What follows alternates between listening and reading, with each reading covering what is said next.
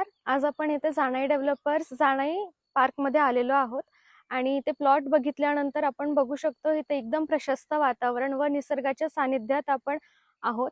इथे RCC roads आहेत, live lights available आहेत, पाण्याचं कनेक्शनही खूप छान आहे.